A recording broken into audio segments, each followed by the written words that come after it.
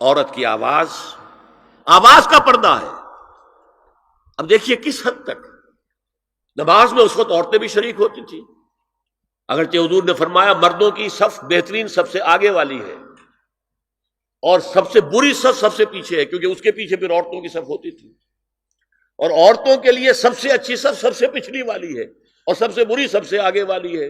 سب سے آگے والوں کے سامنے پھر مرد ہوتے تھے، ان کی پشت ہوتی تھی۔ تو اسی طریقے سے اگر غلطی کی ہے تو مرد جو ہے کہے گا سبحان اللہ، امام سے غلطی ہو گئی ہے، مرد کیا کہے گا؟ سبحان اللہ۔ عورت کیا کرے گی؟ اپنے ایک ہاتھ کے پشت پر اپنا ہاتھ مارے گی، اپنی آواز نہیں نکالنی، آواز کا پردہ۔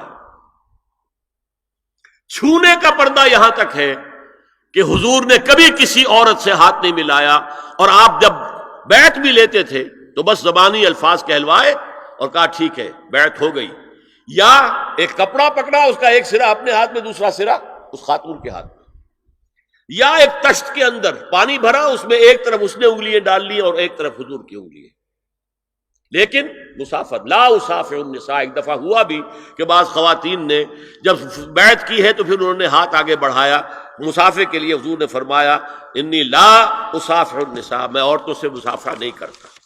اسلام میں پردے کتنے ہوئے؟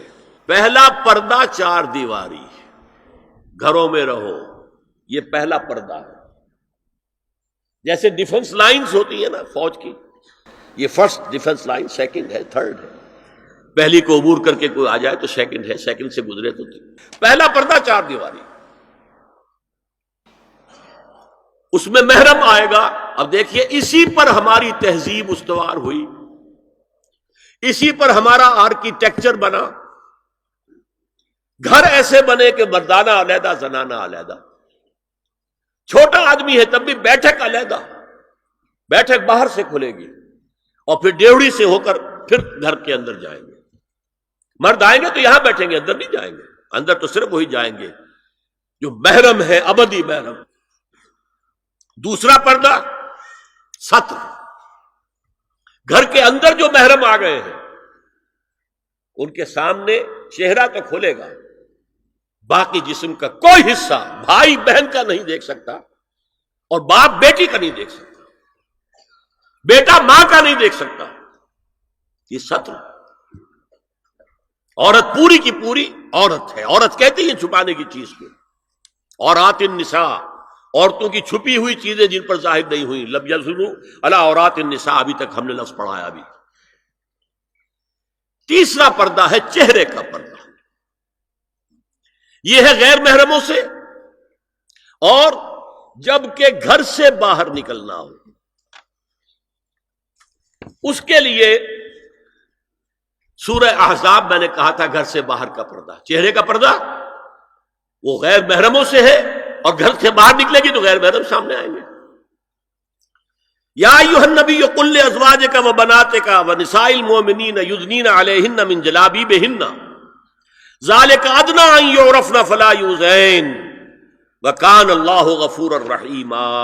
اے نبی صلی اللہ علیہ وسلم کہہ دیجئے اپنی بیٹیوں سے اور اپنی بیویوں سے اور مسلمانوں کی خواتین سے۔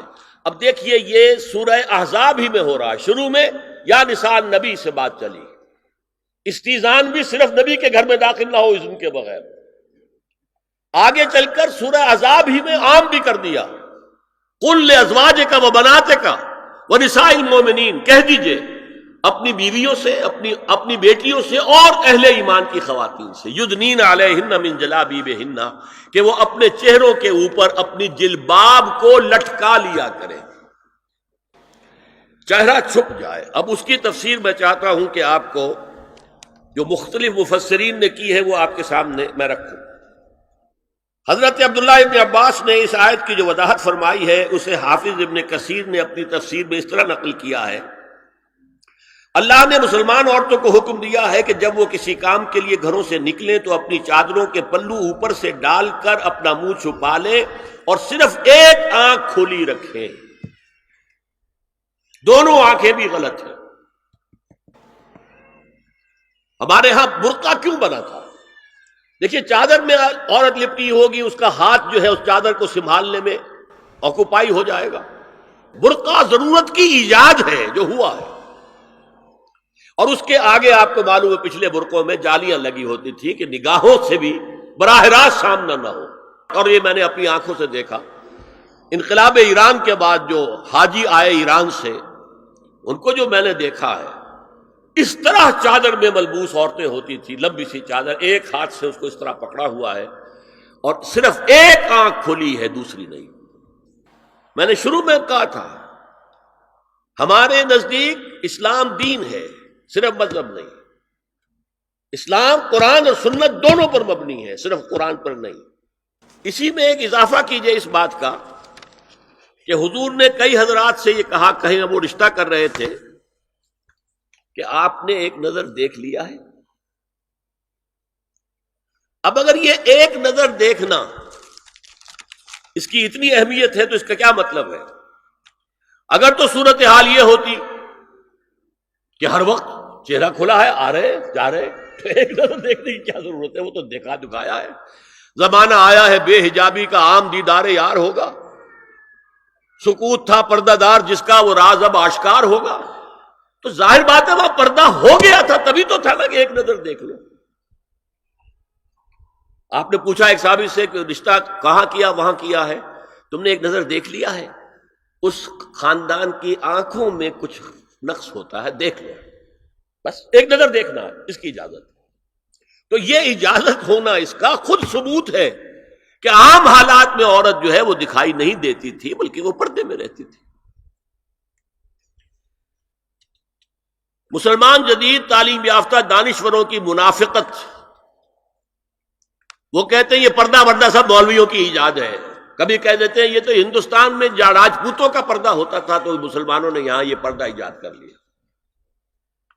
میں نے دیکھا ہے عرب کی بدو خواتین کو مکے سے مدینے جاتے ہوئے نظر آتی ہیں.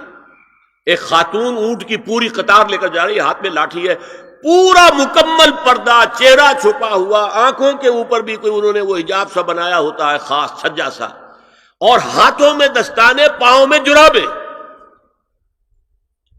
یہ کون سے راجپوتوں کا پردہ سعودی و عرب کی جو ہے ریگستانوں میں پہنچ گیا.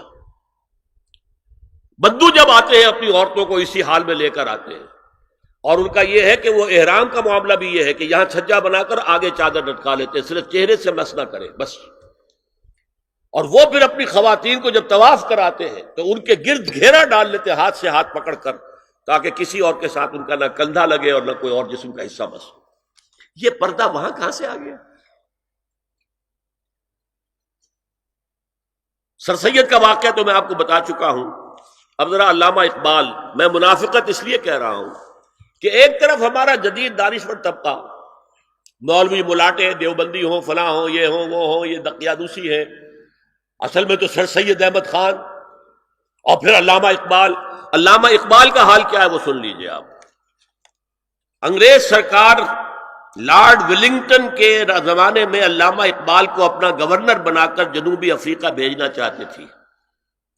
من جملہ دیگر شرائط کے ایک شرط یہ بھی تھی کہ تمام سرکاری تقریبات میں بیگم اقبال ان کے ہمراہ ہوں گی.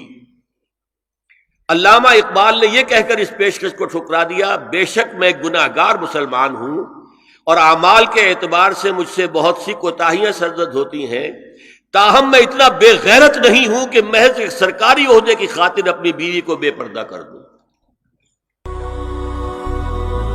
هي الحلقات تحفظني بآيات من القرآن، هي الحلقات تملأني بحب المصطفى العدنان، هي الحلقات تحفظني